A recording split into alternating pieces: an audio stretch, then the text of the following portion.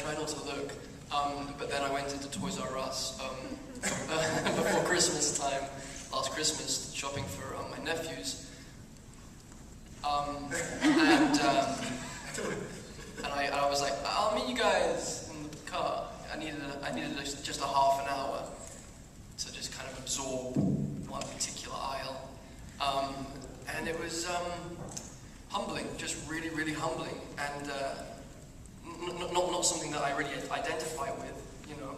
It doesn't feel real. It doesn't feel like me. But it's really cool. It's just cool. Like, it's just as simple as that, really. But also it doesn't really mean anything, weirdly. You know, it's the suit. You know, kids are gonna be excited to buy the Spider-Man figure when he's got his mask on. You know what I'm saying? Like, yes, people identify with Peter Parker, but it's not about the actor playing the role. It's about the everyman nature of Peter and the everyman nature of Spider-Man, and what he stands for and who he protects. All creatures great and small. And that's what's exciting. And the fact that I get to try to embody it and try to bring it to life for 5-, 6-year-olds, that's just an honor for me, and one that I don't take lightly, or that personally, actually. Mark, with your studying the world and school of math, was it harder to make this film feel contained rather than a way to get to the next sequel? No, I think those are different things. I mean, the universe that we had conceived of began before we started shooting the first movie, so there are plans and seeds that had sort of developed all around this. But the primary focus was just executing this movie really as best we all could. Contained is an interesting word. I mean, this is operatic. There is a hugeness of scale to this movie, and as Ed was saying, that the ensemble, I think, is pretty extraordinary, but it is cohesive, and it is direct, and I think there is a simple and unifying theme that is at the heart of the film, and I think will be very impactful. But it was fun. It's fun to like tease out little bits and pieces of other characters, and if you pay attention to this next movie, you'll see other things that might be in store for us in the future. For Dane, first of all, I saw Clearly Darling. Amazing performance. Congratulations. Thanks. In the previous incarnation, I mean, the actors have changed. We had, James Franco playing the same character, and a lot of what kind of drove him was what happened to his father, and it kind of turned him. I would presume that there's a different trajectory here. Can you just talk a little bit about how you interact with Peter Parker and your character? Yeah, well, first off, in this version, Peter and Harry were childhood friends. And then Harry was sent off to a boarding school at kind of a young age, and because he inherently has a complicated relationship with Norman still, he never really went home, and he kind of stopped. He kind of just ignored his home life and stayed at school and partied and, probably got into a lot of things he shouldn't have gotten into, and started to try to buy his happiness because he had a kind of trust fund, and now he's graduated high school, and he's decided to go home for the first time, and he has to confront Peter, and he hasn't seen Peter in a really long time, and they are trying to reconcile their friendship. And I think a lot of what they find that they have in common is their complicated relationships with their fathers still. Do you interact more with Max or with Elektra? Do you guys have any interaction? We have some interactions. Yes. Yeah. Mark, you touched on this earlier a little bit. So when you were working on this movie, are you thinking ahead to the subsequent movies? And Yes. what are you laying the foundation for? Can you give us a little bit of insight? Hey, listen, I mean, just to address that, like, we really want to be protective of the plot of the movie. We want to protect the enjoyment that people should have when they walk into the theater and experience it for the first time.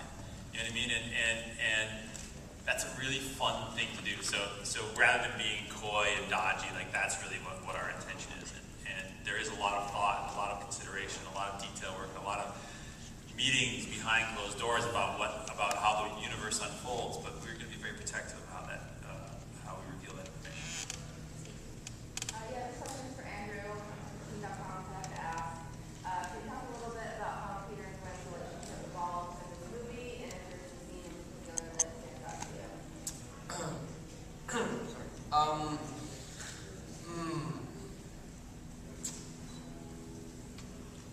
It's kind of linked to what I said earlier. It's tough to have a life as Peter. It's tough. It's like being an emergency aid worker. You know, it's 24/7 his job. There's no breaks. You're always on call, and it's not that you can switch your beeper off or switch. Who has a beeper anymore? Jesus Christ! Like the original Stan Lee Spider-Man in 1962.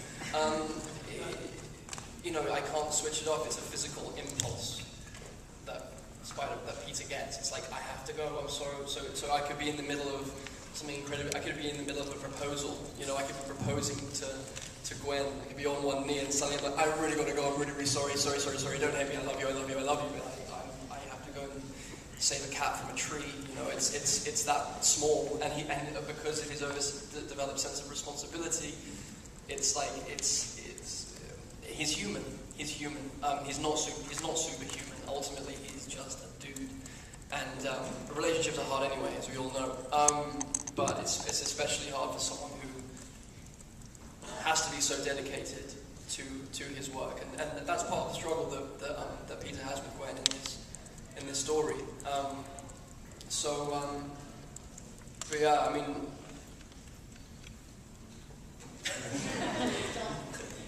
My question is for Mark. I was curious, what you felt like you learned from the first movie about yourself, and how that kind of affected you personally, not necessarily artistically.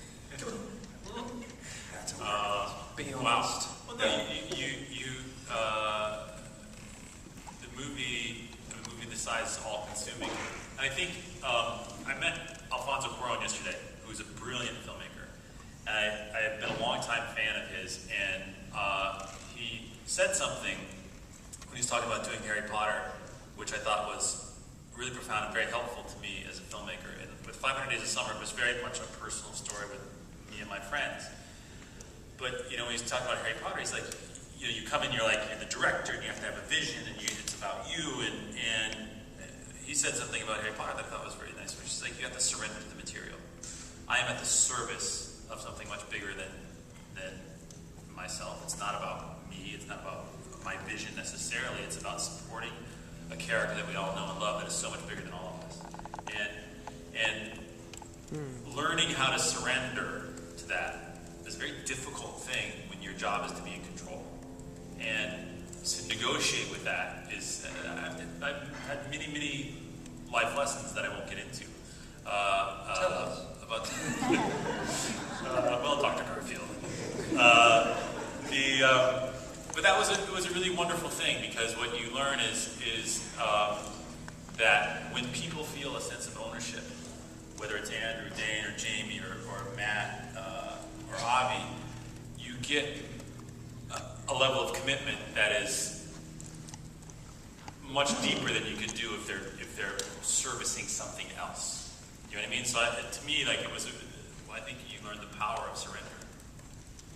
How's that? Beautiful. Question for Andrew. Andrew, I was just curious if there was ever any headway made on finding Peter Parker a boyfriend. Good question. Listen, what I said in that Entertainment Weekly interview was a question. It was just a simple philosophical question about sexual orientation, about prejudice, about, you know, I obviously long for the time where, you know, sexual orientation, skin color is a small thread in the fabric of a human being. And all men are created equal, and women, sorry, women. To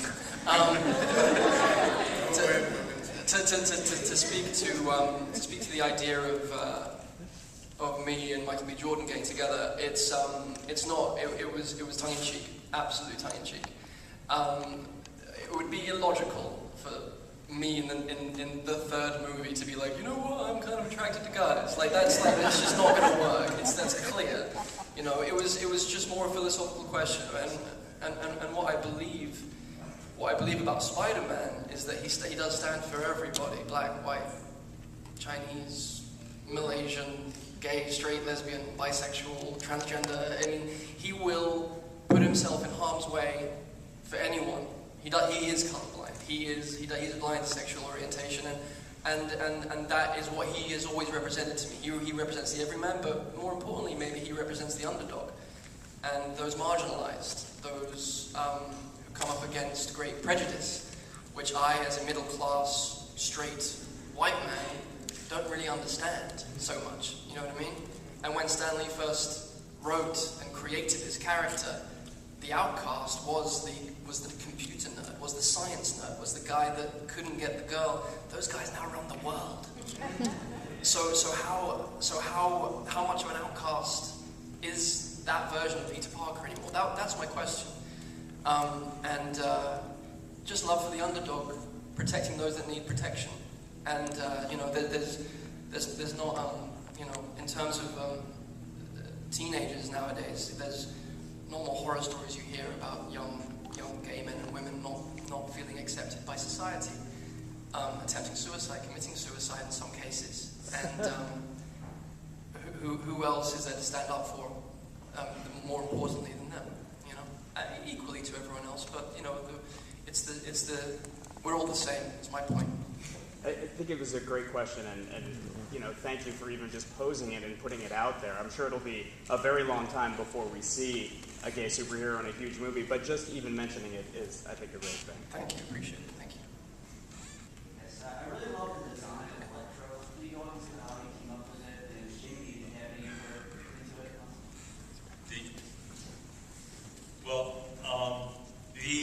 Yeah, I mean, you know, there's a lot of different incarnations of Electro in the comics, and I tried to think about how to do it with a yellow and green suit, and I just couldn't get any sort of logical sense out of that. But I wanted to keep this, you know, when there are certain elements of his creation that I want to protect, but I will say that, like, you know, when you look at a storm cloud coming over the horizon, it's going to, you know, I remember growing up in Wisconsin and seeing these terrifying storms coming over the plains, and the electricity on the inside of them would explode, and you see these flashes of billowing light, and that is a cue that we used to develop the sort of internal workings of Electro. And the other thing is, I felt it was important to understand the visage, the face, the emotion of and preserve Jamie's performance within the character itself. And so I sort of stepped away from doing a mask and instead created this creature that felt human, but also felt godlike. And that was something that I think was really important to present to Spider-Man as an antagonist, something that's terrifying and